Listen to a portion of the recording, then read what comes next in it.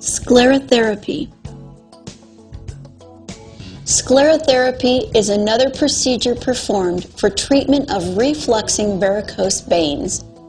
Foam sclerotherapy is often performed on veins not visible to the naked eye. It is also performed on veins that are too tortuous or make frequent twists and turns to accept a catheter. Sclerotherapy is the injection of a medication into a vein to close it down. This is also performed as an in-office procedure.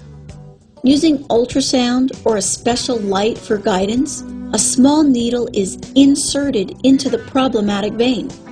Once inside the vein, a small amount of the sclerosing medication is then injected.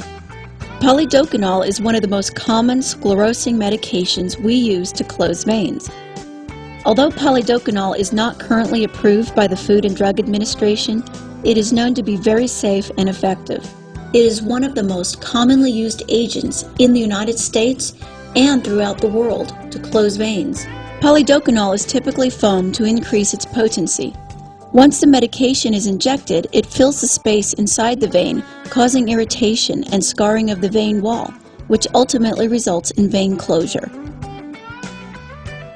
Sclerotherapy is also performed on the small spider veins of the legs. This procedure is performed by our doctors and registered nurses in office. This is typically cosmetic and generally not covered by insurance.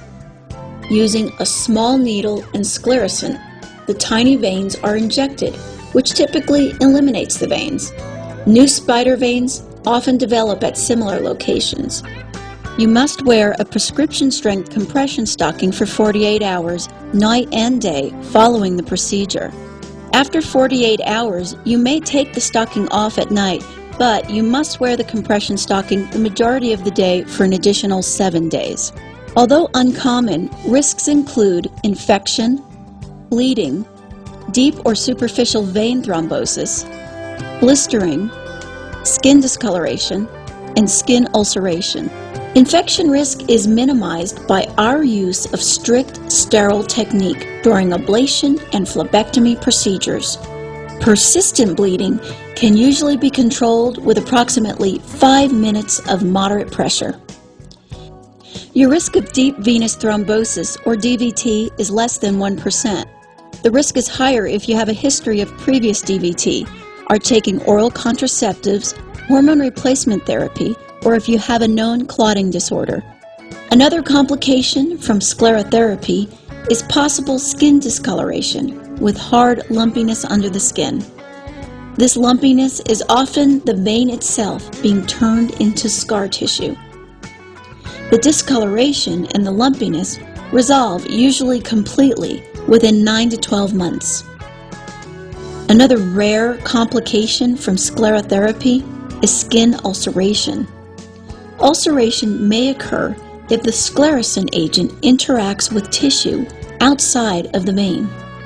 At approximately 1 week following the procedure, you will return to the clinic for a follow-up ultrasound to make sure there have been no complications relating to the procedure and to assess treatment efficacy. We also do a 1-month follow-up visit where we again assess for any complications and assess the procedure success.